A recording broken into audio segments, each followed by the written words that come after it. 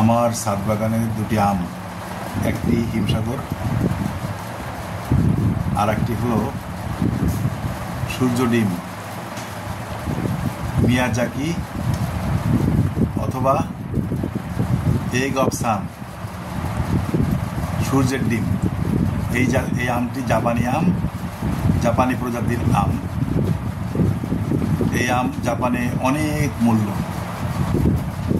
এই আমের অনেক চাহিদা জাপানে। আমরাও গাছ লাগালাম, নতুন গাছে 4টি ফল হয়েছে, তার ভিতরে 2টি ফল পেকে গিয়েছে এবং 2টি আম সংগ্রহ করা হয়েছে। এটাও সূর্য ডিম মিয়াজাকি আম। এটা বড় হয়েছে, এটা ছোট হয়েছে। এটা পোকামাকড়ের হাত থেকে রক্ষা করার জন্য কাপড়ের ব্যাগ দিয়ে বেঁধে রাখা হয়েছিল। তার জন্য এর কালারটা হয়তো সূর্যের আলোর অভাবে এত গাঢ় হয় নাই, তবে সূর্যের আলো পেলে আসলেই সূর্যের ডিমের মতো রং হতো। যাই হোক, এই আমটা আমি এখন কাটবো। সূর্য ডিম আম শুধু শুনে আসছি, আর এর যত গুণাগুণ আর এর যত ভালো ভালো রিকমেন্ডেশন এগুলো শুনে আসছি, কিন্তু আজ আল্লাহর ইচ্ছায় এ আম এখন আমার হাতে। এ আম কাটবো এবং এর স্বাদ কেমন এইটা আপনাদেরকে আমি জানাবো।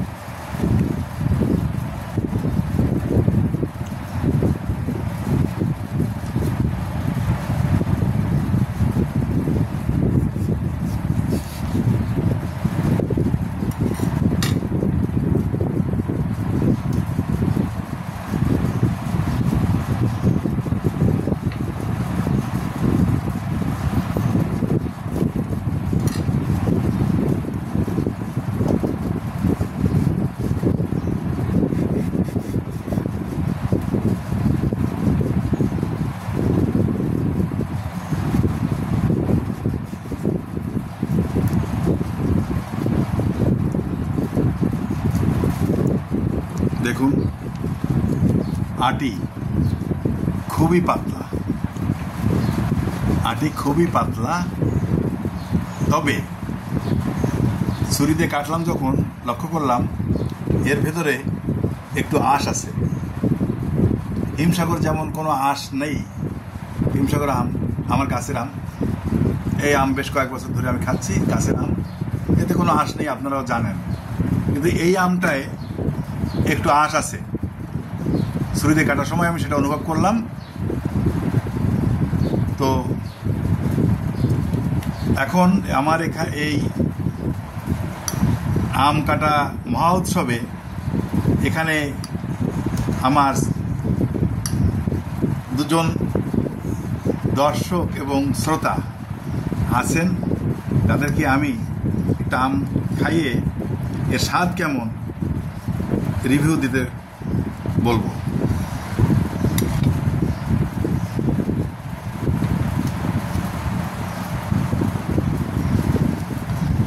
ক্যামেরা গার্ল একটা নাও, ক্যামেরা গার্ল একটা নাও, একটা খেয়ে দেখো, খাও, মুখে দিয়ে দেখো কেমন। এখন আমিও তো একজন ব্যক্তি, খেয়ে দেখি আমার জিহ্বায় কেমন লাগে।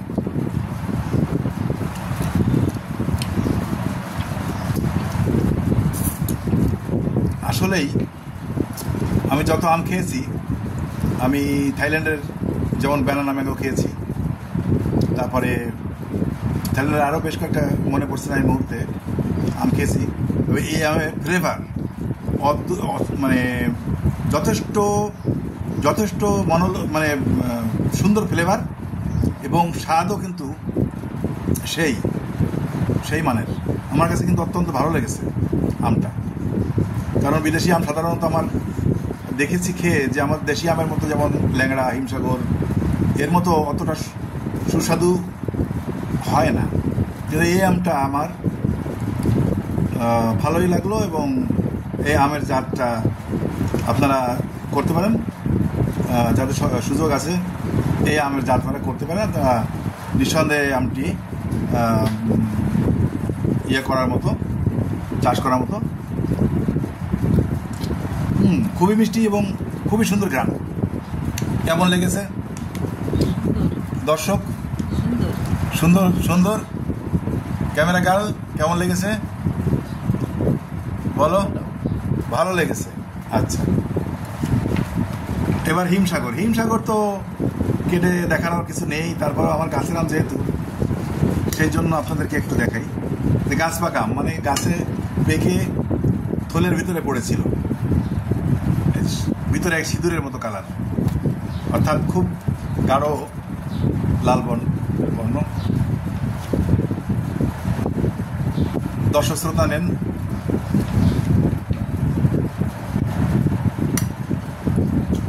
আমি একটা খাই।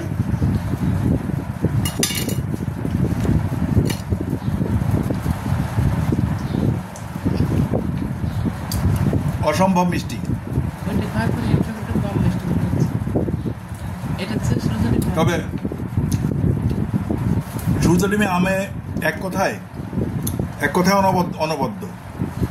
আমি আসলেই খুব খুশি হলাম এটা জেনে যে আমি যে গাছটা লাগিয়েছি বা আম হয়েছে, সে গাছের আমটা অনেক ভালো। ভবিষ্যতে এই গাছটাকে যত্ন করে রাখতে পারি, যেন গাছ আরও ফল দিতে পারে বা আরও আম আমরা গাছ থেকে সংগ্রহ করতে পারি। দর্শক বন্ধুরা, আপনাদের যদি কারো এই বিষয়ে কোনো মন্তব্য, পরামর্শ অথবা জানার কোনো আগ্রহ থাকে, তাহলে আপনারা মন্তব্যের ঘরে, কমেন্টের ঘরে লিখবেন, ইনবক্সে লিখে জানাবেন। আমি আপনাদেরকে যথাসাধ্য চেষ্টা করব আপনাদের প্রশ্নের উত্তর দেওয়ার।